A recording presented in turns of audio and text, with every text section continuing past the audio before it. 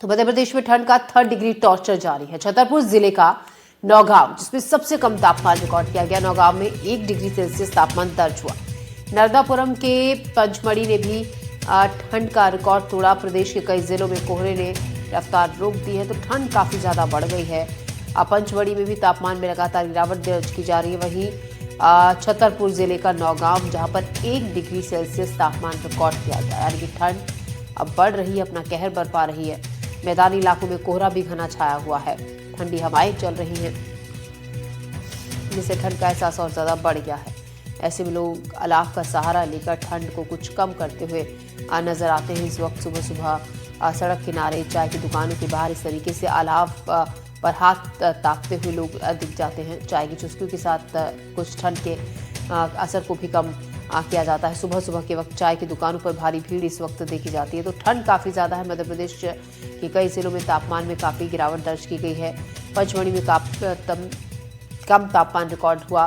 साथ ही छतरपुर के नौगांव में 1 डिग्री सेल्सियस तापमान रिकॉर्ड किया गया। मैदानी इलाकों में घना कोहरा है, जिससे विजिबिलिटी काफ़ी कम हो गई है। सड़कों पर चलने वाले वाहनों को घने कोहरे के चलते काफ़ी परेशानी हो रही है और प्रशासन ने अलग इंतजाम भी किए हैं, खासतौर से उन लोगों के लिए जो सड़क किनारे रात बिताते हैं। रैन बसेरों का इंतजाम किया गया है, अलाव का सहारा किया गया है, जगह जगह लकड़ियां छोड़ी गई हैं ताकि लोग लकड़ी जलाकर ठंड को कुछ कम कर सके, ठंड को दूर भगा सके। रैन बसेरों में इंतजाम किए गए हैं और वक्त वक्त पर जो बड़े अधिकारी हैं वो रैन बसेरों का जायजा भी लेते हैं और चक निरीक्षण भी करते हैं, ये देखने के लिए कि क्या पर्याप्त इंतजाम रैन बसेरों में लोगों के लिए किए गए हैं। हमारे साथ हमारे सहयोगी नवेद खान हैं विदिशा से, हनी दुबे हमारे संवाददाता सागर से मौसम पर ही बात करने के लिए, अरविंद तिवारी छतरपुर से और देवश्री माली ग्वालियर से। अरविंद तिवारी, मैं आपके पास आ रही हूँ। छतरपुर में आप इस वक्त हैं। छतरपुर में तापमान लगातार कम हो रहा है और नौगांव में 1 डिग्री सेल्सियस तापमान रिकॉर्ड किया गया। फिलहाल ताजा अपडेट क्या है इस वक्त मौसम के बारे में, क्या ताजा हाल है? ज्योति, मैं बता दूं कि छतरपुर जिले के नौगांव और जो खजुराहो है, ये पूरा पत्थर पे बसा है।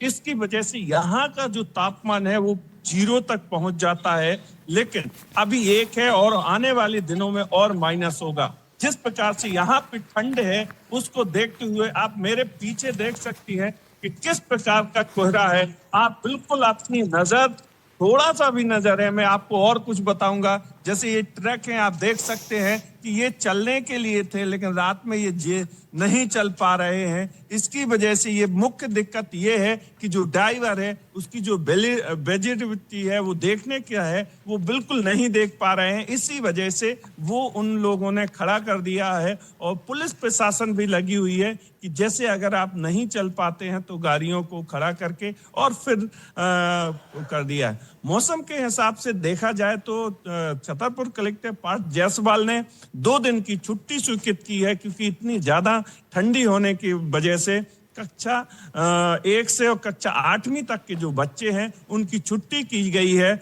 और ये एक छोटी सी लड़की के कहने पर उन्होंने ये कहा है कि जैसे हमें बहुत ज्यादा ठंडी लग रही है। हमारे साथ में कुछ लोग हैं, उनसे ही जानकारी करेंगे।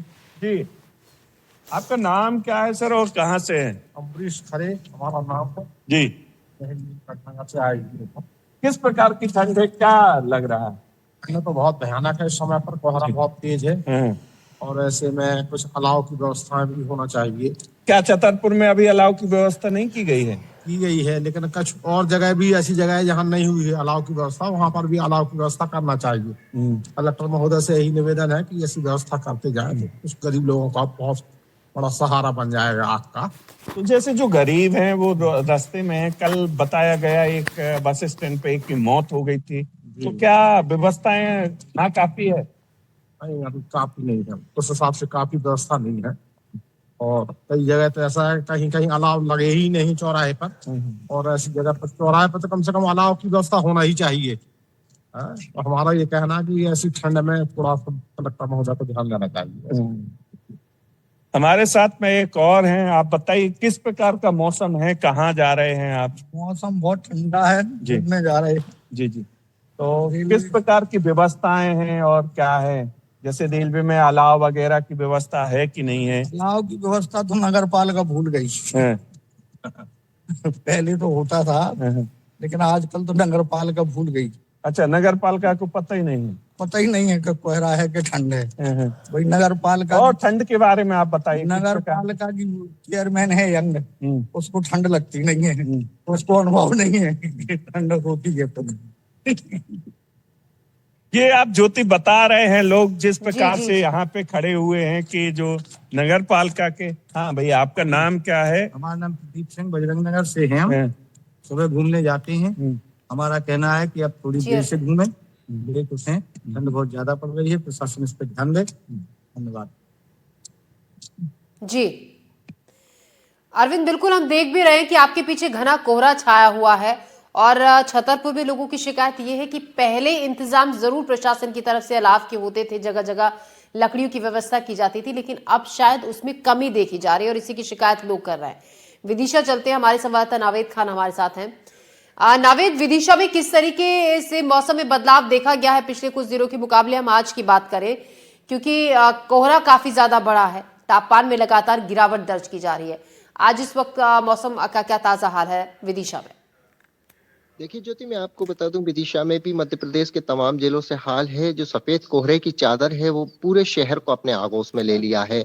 चारों तरफ कोहरा ही कोहरा है और सर्दी से बचने के लिए लोग हालांकि विदिशा में पूरी तरह से निकलना बंद कर दिया है। गाड़ियों के पहिए थम गए हैं। आप मेरे पीछे देख सकते हैं, ये देखिए किस तरह से जो सफेद कोहरा है वो उसकी धुंध छा गई है और लोग भी अपने घरों से बाहर नहीं निकल रहे हैं। गाड़ियों के पहिए हैं जो पूरी तरह से थम गए हैं।